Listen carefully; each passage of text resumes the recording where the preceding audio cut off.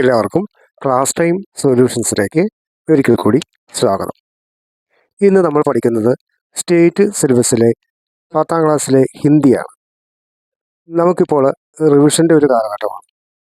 Revision കഴിഞ്ഞാൽ നമുക്ക് model exam ഉണ്ടാവും, അത് കഴിഞ്ഞിട്ട് പബ്ലിക് എക്സാം ഉണ്ടാവും. ഈ റിവിഷൻ കാലത്ത് നിങ്ങൾക്ക് ഏറ്റവും പ്രയോജനപ്രദമാവുന്ന രീതിയിലുള്ള ക്ലാസ്സുകളാണ് ഈ ചാനലിലൂടെ നൽകുന്നത്. ഹിന്ദി പഠിക്കാൻ പ്രയാസമുള്ളവർക്ക് എളുപ്പം അത് ഹിന്ദി പഠിക്കുവാനും അതുപോലെ ഹിന്ദി എളുപ്പമുള്ളവർക്ക് വളരെ ഉയർന്ന മാർക്ക് വാങ്ങാനും സാധിക്കുന്ന രീതിയിലാണ് വളരെ ചുരുക്കിയും എന്നാൽ ലളിതമായതും പോയിന്റുകളൊന്നും വിടാതെ ഉള്ള ക്ലാസ്സുകൾ തയ്യാറാക്കിയിരിക്കുന്നത്. 10ാം ക്ലാസ്സിൽ നമുക്ക് പാഠഭാഗങ്ങളിലെ ചോദ്യങ്ങൾ മാത്രമേ ഉണ്ടാവുകയുള്ളൂ. സ്ഥിരമായിട്ട് കുറേ ചോദ്യങ്ങളുണ്ടാവും. ഒരു ലെറ്റർ തയ്യാറാക്കുക, ഡയറി തയ്യാറാക്കുക, ഒരു സ്ക്രിപ്റ്റ് തിരക്കഥ തയ്യാറാക്കുക, പോസ്റ്റർ തയ്യാറാക്കുക, അതേപോലെ പത്രവാർത്ത തയ്യാറാക്കുക. പിന്നെ നിങ്ങൾ പഠിച്ചിട്ടുള്ള നിങ്ങളുടെ പാഠഭാഗത്ത് നിന്ന് ഏതെങ്കിലും കഥാപാത്രത്തിൻ്റെ പ്രത്യേകതകൾ എഴുതാൻ പറയും. നിങ്ങൾ പഠിച്ചിട്ടുള്ള കവിതയുടെ ആശയം എഴുതാൻ പറയും. ഇങ്ങനെയുള്ള ചോദ്യങ്ങളൊക്കെ ആയിരിക്കും ഉറപ്പായിട്ടും നിങ്ങൾക്കുണ്ടാവുക. അപ്പോൾ ഈ ചോദ്യങ്ങളുടെ ഉത്തരങ്ങൾക്ക് പൊതുവായിട്ടുള്ള ഒരു ഫോർമാറ്റാണ്. ആ ഫോർമാറ്റാണ് ഉദാഹരണ സഹിതം ഇവിടെ പഠിപ്പിക്കുന്നത്. ഈ ഫോർമാറ്റ് പ്രകാരം നിങ്ങൾ പഠിക്കുമ്പോൾ പഠനം നിങ്ങൾക്ക് എളുപ്പമാവുകയും വളരെ ഉയർന്ന മാർക്ക് മേടിക്കാനായിട്ട് സാധിക്കും. ഈ ചോദ്യങ്ങൾക്കെല്ലാം 4 മാർക്ക് വീതമാണ് ഉള്ളത്. ആദ്യം നമുക്ക് ഒരു പട്കഥ എങ്ങനെയാണ് തയ്യാറാക്കുന്നതെന്ന് പഠിക്കാം.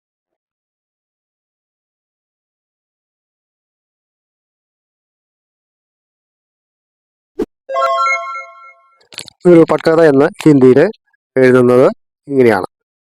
പട്കഥയുടെ ഇംഗ്ലീഷിൽ വരുന്ന മീനിങ് സ്ക്രിപ്റ്റ് എന്നാണ്. അതേപോലെ മലയാളത്തിൽ തിരക്കഥ എന്നും പറയും. ഒരു സിനിമയോ അല്ലെങ്കിൽ ഒരു സീരിയൽ, ഒരു നാടകം ഒക്കെ തയ്യാറാക്കുമ്പോൾ ആദ്യം തിരക്കഥ തയ്യാറാക്കും. ആ തിരക്കഥയിൽ എവിടെ വെച്ചിട്ടാണ് അതിലെ ഓരോ രംഗങ്ങളും ചിത്രീകരിക്കുക എന്നും ഏതൊക്കെ കഥാപാത്രങ്ങളുണ്ടെന്നും ഏത് സമയത്താണെന്നും അതുപോലെ ലൊക്കേഷനെ കുറിച്ചൊരു വിവരണം, ആ കഥാപാത്രങ്ങൾ തമ്മിൽ എന്തെങ്കിലും സംഭാഷണങ്ങളുണ്ടെങ്കിൽ അത് മുതലായ കാര്യങ്ങളാണ് തിരക്കഥയിൽ പറയുക.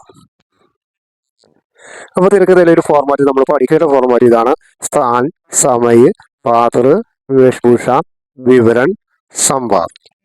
ഇതിൽ സ്ഥാൻ എന്ന് പറഞ്ഞിട്ടുണ്ടെങ്കിൽ സ്ഥലം എന്നാണ് ശരിക്കും സ്ഥാൻ എന്ന വാക്കിൻ്റെ അർത്ഥം. പ്ലേസ് അല്ലെങ്കിൽ സ്ഥലം എന്ന് പറയും. ഇവിടെ നമ്മൾ സ്ഥലം എന്ന് ഉദ്ദേശിക്കുന്നത് ഈ രംഗം ചിത്രീകരിക്കുന്ന സ്ഥലമാണ്. ഒരു വീടിൻ്റെ അകത്താണെങ്കിൽ നമ്മൾ ഘർ കെ അന്തർ എന്നെഴുതും. ഒരു റോഡിൻ്റെ അരികിലോ റോഡിൻ്റെ സൈഡിലൊക്കെ ആണെങ്കിൽ സടക് കെ കിനാരെ എന്ന് പറയും. ഒരു ക്ലാസ് റൂമിൻ്റെ അകത്താണെങ്കിൽ കക്ഷ കെ അന്തർ എന്ന് പറയും. ഒരു വീടിന് മുമ്പിലാണെങ്കിൽ ഘർ കെ സാമനെ എന്ന് പറയാം. അങ്ങനെ അനുയോജ്യമായിട്ടുള്ള ഒരു സ്ഥലം നമ്മൾ അവിടെ എഴുതണം. ഇനി അടുത്തത് വരുന്നത് സമയമാണ്. സമയം എന്ന് ഉദ്ദേശിക്കുന്നത് രാവിലെയാണോ, ഉച്ചയ്ക്കാണോ, ഇനി വൈകുന്നേരമാണോ, രാത്രിയാണോ എന്നുള്ള കാര്യങ്ങളൊക്കെയാണ് നമ്മൾ കൊടുക്കേണ്ടത്. സുബഹ് അല്ലെങ്കിൽ സവേരെ. രാവിലെ എന്ന വാക്കിൻ്റെ ഹിന്ദിയിലുള്ള വാക്കാണ് സുബഹ് അല്ലെങ്കിൽ സവേരെ. രണ്ടിലേതെങ്കിലും ഒന്നാണ് എഴുതേണ്ടത്. രണ്ടിൻ്റെയും അർത്ഥം രാവിലെ എന്നാണ്, മോർണിംഗ് എന്നാണ് അർത്ഥം. ഇനി അതുപോലെ ഉച്ച സമയമാണെങ്കിൽ നമുക്ക് ദോപഹർന്ന് എഴുതാം. വൈകുന്നേര സമയമാണെങ്കിൽ ശാംകോന്ന് എഴുതാം. ഇനി അതല്ല രാത്രിയാണെങ്കിൽ നമുക്ക് രാത്രിന്നും എഴുതാം. ഇനി അടുത്തതായിട്ട് വരുന്നത് പാത്ര എന്ന വാക്കാണ്. പാത്ര എന്നാൽ കഥാപാത്രങ്ങൾ എന്നാണ് അതിൻ്റെ അർത്ഥം. ആ രംഗത്ത് അഭിനയിക്കുന്ന കഥാപാത്രങ്ങളുടെ പേരും ഏകദേശം അവരുടെ ഒരു പ്രായവും ഒക്കെയാണ് നമ്മൾ അവിടെ എഴുതേണ്ടത്. അടുത്തതായിട്ട് വരുന്നത് വേഷഭൂഷയാണ്. വേഷഭൂഷ എന്ന് പറഞ്ഞിട്ടുണ്ടെങ്കിൽ അവരുടെ വസ്ത്രധാരം.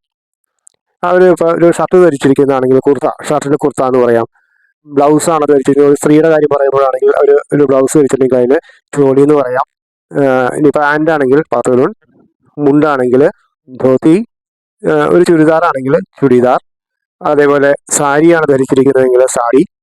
ഇനി യൂണിഫോം, സ്കൂളിലെ യൂണിഫോമോ അല്ലെങ്കിൽ ജോലി സ്ഥലത്തെ യൂണിഫോമോ എന്തും ആയിക്കോട്ടെ, യൂണിഫോം എന്നുള്ള വാക്കിന് മീനിങ് വരുന്നത് വർദ്ധി എന്നാണ്.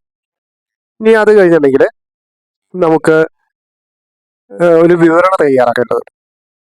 വിവരണം എന്നുദ്ദേശിക്കുന്നത് ആ രംഗത്ത് നടക്കുന്ന ചില കാര്യങ്ങൾ 1-2 വാചകത്തിൽ എഴുതുക എന്നുള്ള മാത്രമാണ്. അതിനുശേഷം വരുന്നതാണ് സംവാദം. സംവാദം എന്ന് പറഞ്ഞാൽ സംഭാഷണം.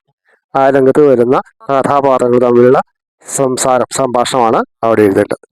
അത്രയും കാര്യങ്ങൾ എഴുതി കഴിയുമ്പോൾ തിരക്കഥ പൂർത്തിയാവും. അപ്പോൾ നമ്മൾ 10ാം ക്ലാസ്സിലെ കുട്ടികൾക്ക് പഠിക്കാനുള്ള ആദ്യത്തെ പാഠമാണ് പീർ ബഹുടി എന്ന് പറയുന്ന പാഠം. അതൊരു കഥയാണ്. അതിനകത്തെ പ്രധാനപ്പെട്ട 2 കഥാപാത്രങ്ങളാണ് ബേല എന്ന പെൺകുട്ടിയും സാഹിൽ എന്ന ആൺകുട്ടിയും. പരീക്ഷയ്ക്ക് ചോദിക്കുമ്പോൾ ഇതുപോലെ കുറച്ച് ഭാഗങ്ങൾ തരും. ഈ തന്നിരിക്കുന്ന പാഠഭാഗത്തിലെ കുറച്ച് ഭാഗങ്ങൾ തരും. തന്നിട്ട് കഹാനി കെ ഇസ് പ്രസംഗ കെ അനുസാർ പട്കഥാക്ക ഏക്ക് ദൃശ്യ ലിഖം എന്നായിരിക്കും ചോദ്യം. കഹാനിക്ക് ഈസ് പ്രസംഗക്ക് അനുസാർ എന്ന് പറഞ്ഞിട്ടുണ്ടെങ്കിൽ കഥയുടെ ഈസ് പ്രസംഗം എന്ന് ഉദ്ദേശിക്കുന്നത് സന്ദർഭം. ഈ കഥയുടെ ഈ സന്ദർഭത്തിന് അനുസരിച്ചുള്ള ഒരു തിരക്കഥയുടെ ഒരു ദൃശ്യം തയ്യാറാക്കാനായിട്ടാണ് ചോദ്യം. അങ്ങനെയായിരിക്കും പരീക്ഷയ്ക്ക് ചോദിക്കുക. അപ്പോൾ നമ്മൾ ആദ്യം സ്ഥാനം എഴുതുന്നു. എന്നിട്ട് നമ്മളിപ്പോൾ നോക്കിയത് മീർ ബഹുടി എന്ന പാഠത്തിലെ പാഠഭാഗം തുടങ്ങുന്ന ഭാഗത്ത് തന്നിരിക്കുന്ന ഒരു ഭാഗത്തെ ആസ്പദമാക്കിയിട്ടുള്ളതാണ് നമ്മൾ എഴുതുന്നത്. അപ്പോൾ സ്കൂൾ കെ രാസ്തമേ, കുട്ടികൾ സ്കൂളിലേക്ക് പോകുന്ന വഴിയിലാണ്. അപ്പോൾ അതുകൊണ്ട് നമ്മൾ എഴുതുകയാണ് സ്കൂൾ കെ രാസ്തമേ.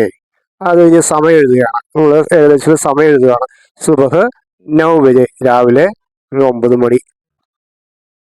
ഇനി പാത്രൽ അവർ വേഷഭൂഷ, കഥാപാത്രങ്ങളും അവരുടെ ഡ്രസ് കോഡ് അല്ലെ, അവരെന്താ ധരിച്ചിരിക്കുന്നതാണ് നോക്കുക.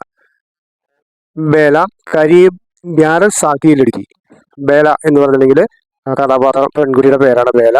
കരീബ് എന്ന് പറഞ്ഞിട്ടുണ്ടെങ്കിൽ ഏകദേശം. 11 സാക്കിയിലിടുക്കി 11 വയസ്സുള്ള പെൺകുട്ടി. സ്കൂൾ വർദ്ധി ബനിഹെ, സ്കൂൾ യൂണിഫോം ധരിച്ചിരിക്കുന്നു. അതുപോലെ വീട് പേർ ബസ്താഹെ, അവരുടെ തോളത്ത് ഒരു ബാഗ് ഉണ്ട്. സ്കൂളിലേക്ക് പോകുമ്പോൾ കുട്ടികൾക്ക് ബാഗ് ഉണ്ടാവുമല്ലോ, ആ ബാഗാണ് അവിടെ ഉദ്ദേശിക്കുക. അടുത്തത് സാഹിൽ കരീബ് 11 സാക്കാലെടുക്കുക.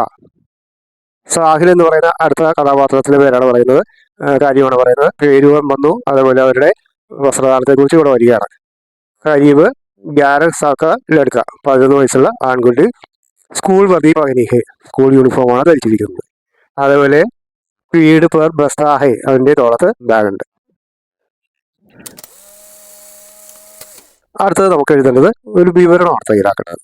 വിവരണം ഒറ്റ വാചകത്തിൽ ഇപ്പോൾ നമുക്ക് ഇവിടെ എഴുതാം. ഈ സന്ദർഭത്തിനനുസരിച്ചിട്ട് ഒറ്റ വാചകത്തിൽ എഴുതിയാൽ മതി. ഇതുപോലെ വെച്ച് ഗുച്ചി സെ ബീർ ബഹുടിയാക്കി തലാസ് കർ രഹേ.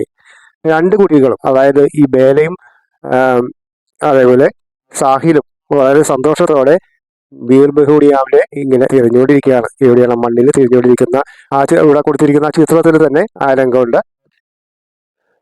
ഇനി അവരുടെ സംഭാഷണമാണ് നമുക്ക് ഇവിടെ പറയുന്നത്. സംവാദ്. ബേല ആദ്യം പറയാണ് സാഹിൽ ഹാം കിത്തിനി ബീർ ബഹുടിയാവേ. ബേല, ഇവിടെ എന്തുമാത്രം ബീർ ബഹുടിയാവുള്ളത്.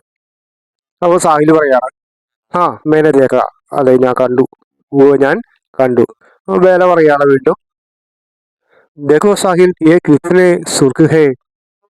അവള് പറയാണ്, ബേല പറയാണ് സാഹിൽ ദേ നോക്കി, ഇത് എന്ത് ഭംഗി, എന്ത് ചുവപ്പ് നിറമാണ് ഇതൊക്കെ. അപ്പോൾ സാഹിൽ പറയാണ് ഗുനയും ദേഖിന കിത്തന സുന്ദർക്കെ, അവരെ കാണാനായിട്ട് എന്ത് ഭംഗിയാണെന്ന് അവനും പറയുക. വീണ്ടും ബേല പറയുകയാണ് Sahil school may Pehli ഘണ്ടി ലഗി high. Sahil സ്കൂളിലെ ഫസ്റ്റ് ബെല്ലടിച്ചു. സാഹിൽ പറയാണ് സുന, ഞാൻ കേട്ടു. മുझे ट्रेन में स्याही बनवानी है, എനിക്ക് പേരയില് മഷി നിറയ്ക്കാനുണ്ട്. അപ്പോൾ ബേല പറയാണ് ടീഹേ, ശരി, तो जल्दी चले, എനിക്ക് നമുക്ക് പോകാം. അപ്പോൾ പക്കത തയ്യാറാക്കാനായിട്ട് എല്ലാവരും പഠിച്ചിട്ടുണ്ട് എന്ന് കരുതുകയാണ്. ക്ലാസ് എല്ലാവർക്കും ഇഷ്ടപ്പെട്ടിട്ടുണ്ടെങ്കിൽ നിങ്ങൾ ചാനൽ ഒന്ന് സബ്സ്ക്രൈബ് ചെയ്യുക.